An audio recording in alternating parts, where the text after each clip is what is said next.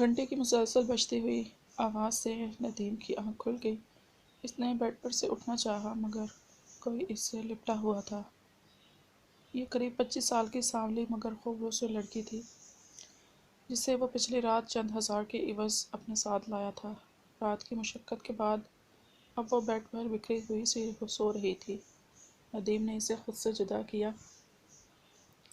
وہ رات بھر اپنی وحشت اس پہ اتارتا رہا تھا۔ ابھی بھی وہ برہنہ حالت میں کمبل کے اندر لیٹی ہوئی تھی۔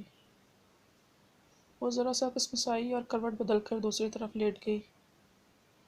ندیم کی نظر اس کی برہنہ پشت پر پڑی اور اس کی چکنی کمر سے کمبل ڈھلک گیا۔ ندیم نے انگلی سے اس کی کمر کی ہڈی کو گردن سے لے کر نیچے تک چھوا۔ گھنٹی اب بھی بج رہی تھی۔ شاید کوئی انگلی بیل پر رکھ کر بھول گیا تھا۔ وہ اپنی توجہ اس لڑکی سے ہٹاتا ہوا منہ ہی منہ میں بدبداتا چپل پیروں میں اڑسے کسی قدر ڈولتے قدموں سے بیرونی دروازے کی طرف بڑھا۔ شرٹ پہننے کی زحمت نہیں کی تھی اس نے۔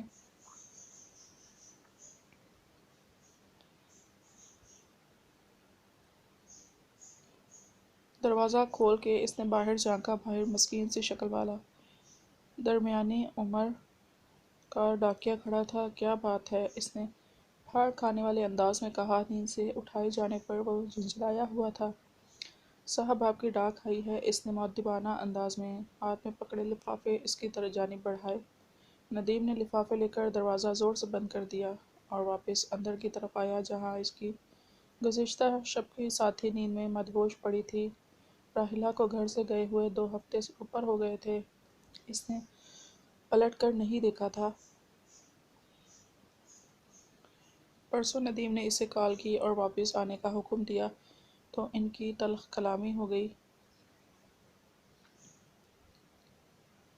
ندیم نے اسے غلیظ گالیاں دے کر فون بند کر دیا تھا۔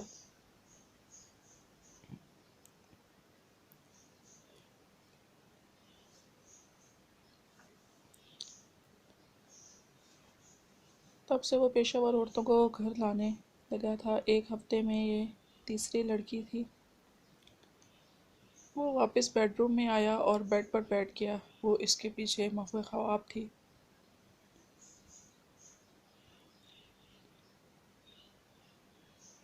چند لمحے وہ بیڈ کے کنارے غائب دماغی کے عالم میں بیٹھا رہا۔ پھر ہاتھ میں پکڑے لفافوں میں سے ایک چاک کیا۔ اس میں سے ایک کارڈ نکلا تھا۔ کارڈ کے مضمون پر نظر پڑتے ہی اس کے 14 تبر روشن ہو گئے تھے۔ نیند کافور ہوئی۔ یہ صدف کی شادی کا کارڈ تھا۔ وہ شادی کر رہی تھی۔ دولہے کا نام فہد رضا لکھا ہوا تھا۔ ندیم کے منہ سے بے اختیار صدف کے لیے گندی سی گالی نکلی تھی۔ وہ اس کے ساتھ گدرائے ہوئے جسم کو حاصل کرنے کے بہت قریب پہنچ گیا تھا لیکن اب اسے کوئی اور لے اڑا تھا۔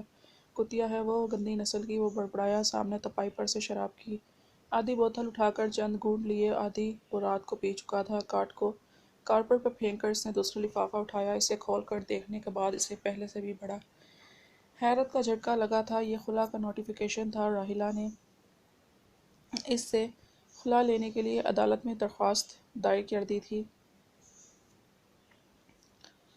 اس نے ہاتھ میں پکڑی بوتل پوری قوت سے دیوار پہ ماری۔ گالیوں کا ایک فوارہ سا اس کے منہ سے پھوٹا تھا اور اس کے عقب میں لیٹی نیم برہنہ لڑکی ہڑبڑا کر اٹھ بیٹھی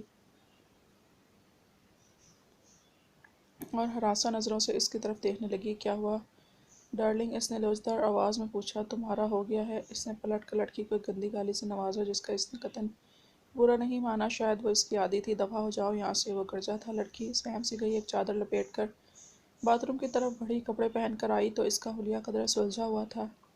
وہ دروازے کی طرف بڑھی۔ اپنی محنت کی قیمت وہ رات کو ہی وصول کر چکی تھی۔ ایک نگاہ اس نے ندیم پر ڈالی۔ پھر ضرورت ہو تو کال کر دینا، اس نے کہا۔ ندیم نے شاید سنا ہی نہیں۔ وہ باہر نکل گئی۔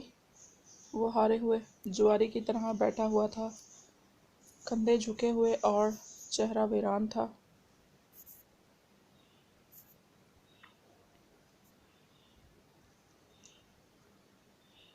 اس کی نظر ایک کاغذ پر پڑی جو شاید کسی لفافے میں تھا۔ اب کارپیٹ پہ گر گیا تھا۔ اس نے اٹھا کے پڑھا تھا۔ جب زخم پھیل کر ناسور بن جائیں تو انہیں کاٹ کر الگ کر دینا چاہیے۔ یہ رائلہ کی ہینڈ رائٹنگ تھی، شاید وہ اس کے اور اپنے رشتے کی بات کر رہی تھی۔ اس نے ایک ہذیانی قہقہہ لگایا اور کیبنٹ کے پاس جا کر شراب کی نئی بوتل نکالنے لگا۔ اپنے کیے کا پھل اسے مل رہا تھا، اپنی گھسیاہٹ کو شراب میں ڈبونا چاہتا تھا۔ صدف اپنی خوابگاہ میں جہازی سائز کے ڈبل بیڈ پہ کندھوں تک کمبل اوڑھے مہوے خواب تھی۔ اس کی آنکھ کھلنے لگی، کسی کی گرم گرم سانسیں اس کے چہرے اور گردن سے ٹکرا رہی تھیں۔ اس نے آنکھیں کھول کے دیکھا اور اطمینان کی سانس لی۔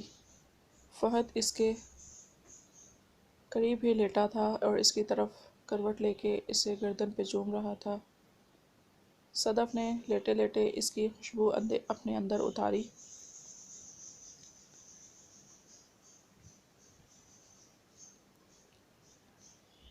ان کی شادی کو 2 مہینے ہونے کو تھے۔ نتھیا گلی سے آنے کے بعد وہ کئی ہفتے شش و پنج کا شکار رہی تھی۔ ندیم سے وہ بدگمان تھی، پھر اسے ندیم کے بارے میں کچھ اور اساتذہ باتیں پتہ چلی۔ اس کے ڈپارٹمنٹ کی کچھ ٹیچرز اور اسٹوڈنٹس نے اس کے سامنے ندیم کا کچا چٹھا کھول کے رکھ دیا۔ وہ کئی ٹیچرز کے ساتھ ملوث رہا تھا۔ یونیورسٹی کے باہر بھی اس کے کارناموں کی بازگشت سنائی دیتی تھی۔ وہ اس سے بدظن ہو گئی اور سامنا ہونے پر کترا کر نکلنے لگی۔ وہ کئی بار اس کے آفس آ جاتا مگر وہ لیے دیے رہتی۔ وہ خود ہی مایوس ہو گیا۔ پھر انہی دنوں فہد اور اس کے گھر والے جواب مانگنے لگے۔ وہ اسے دیکھ کے گئے تھے اور پسند کر چکے تھے۔ صدف نے ہاں کر دی اور اس کی فہد سے شادی ہو گئی۔ اسے اپنے فیصلے پر پچھتانا نہیں پڑا تھا۔ فہد محبت کرنے والا شوہر ثابت ہوا تھا جو اس کا ہر طرح سے خیال رکھتا تھا۔ وہ کبھی کبھی ندیم کے بارے میں سوچنے پہ خود کو کوستی تھی مگر وقت گزر چکا تھا۔ اب وہ بے حد پرسکون اور اپنے شوہر کے ساتھ مطمئن تھی۔ گڈ مارننگ، صدف نے مسکراتے ہوئے اسے دیکھا جو اپنا چہرہ اس کے قریب لائے ہوئے پہلو میں لیٹا ہوا تھا۔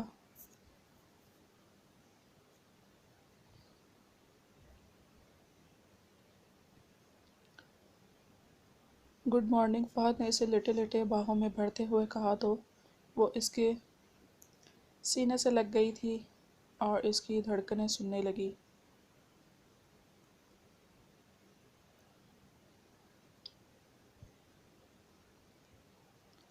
دھڑکنیں اسے پیار کا گیت گاتے ہوئے محسوس ہو رہی تھیں، وہ نغمہ جس کے لیے اس نے طویل انتظار کیا تھا۔ وہ آنکھیں موند گئی۔